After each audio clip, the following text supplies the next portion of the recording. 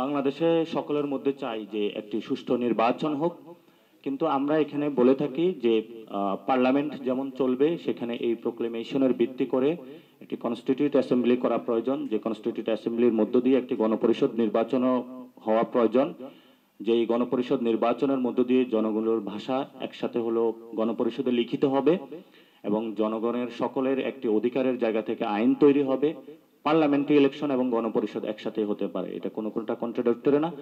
তবে আমাদের আহত এবং যারা শহীদ হয়েছেন তারা যে জন্য রক্ত দিয়েছিলেন, ইতিহাসের অন্যতম একটি অধ্যায়, এই অধ্যায়ের জায়গাগুলো মানুষকে স্বীকৃতি দিতে হবে এবং যারা দীর্ঘ এই সময় জুড়ে গত 15 বছর লড়াই করেছিলেন, 2000 মানুষ প্রাণ দিয়েছিলেন, তাদের ঘোষণাপত্রে প্রতিটি জায়গায় তাদের সেই রক্তের দাগগুলো লিখে থাকতে হবে।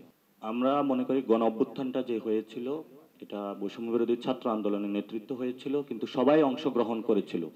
এই কাজটা হলো সবার দায়িত্ব।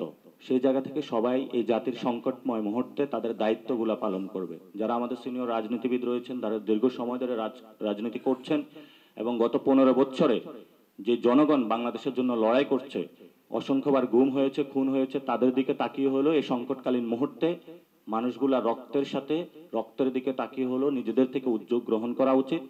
এবং আমরা সকল পক্ষকেই অতীতেও এই মেসেজটা দিয়েছি, বিভিন্ন রাজনৈতিক দলের সাথে আমরা যোগাযোগ করেছি, তাদেরকে আমরা আমাদের ড্রাফটিংও পাঠিয়েছি এবং তাদের সাথে এই বিষয়ে আলোচনা হয়েছে, আলোচনা এখনো চলমান এবং আমাদের ড্রাফটিংও শেষের দিকে। অতি দ্রুতই আমাদের একটা ফাইনাল ড্রাফটিং আমরা পৌঁছে যাব, কারণ আমরা গত 31 তারিখে যে ড্রাফটিংটা প্রস্তুত করেছিলাম সেখানে আরো কিভাবে অ্যাকোমোডেশন করা যায় সেজন্য আমরা আরো অনেকগুলো রাজনৈতিক দল পক্ষ গোষ্ঠীর কাছে গিয়েছিলাম।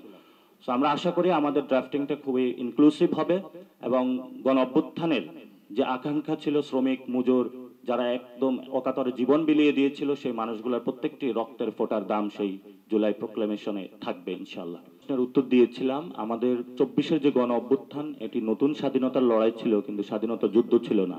স্বাধীনতা যুদ্ধের আগে প্রোক্লেমেশন থাকে, কিন্তু আমাদের এই গণ অভ্যুত্থানে যারা শহীদ হয়েছিলেন, আহত হয়েছিলেন, গত 53 বছর যে ব্যর্থ রাষ্ট্রের জায়গা থেকে নতুন রাষ্ট্রের পুনর্গঠন, সেই জায়গাতে আমরা কাজ করছিলাম। গত 4 মাসে আমরা বিভিন্ন পক্ষ গোষ্ঠী প্রত্যেকের সাথে জেলা উপজেলা গ্রাম মহল্লায় চায়ের দোকানে আমরা আলাপ করেছি কিভাবে সকল মানুষকে নিয়ে আসা যায়।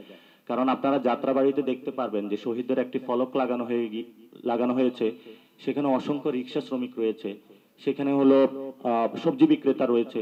তো আমরা এই সময়ে দলিত হরিজন তফসিলি যারা রয়েছে প্রত্যেকটা সেক্টরের মানুষের সাথে কথা বলেছি। তো এই কথা বলার মধ্য দিয়ে আমরা প্রত্যেকটি ভাষা প্রোক্লেমেশনের মধ্যে চেষ্টা করেছি আনার জন্য।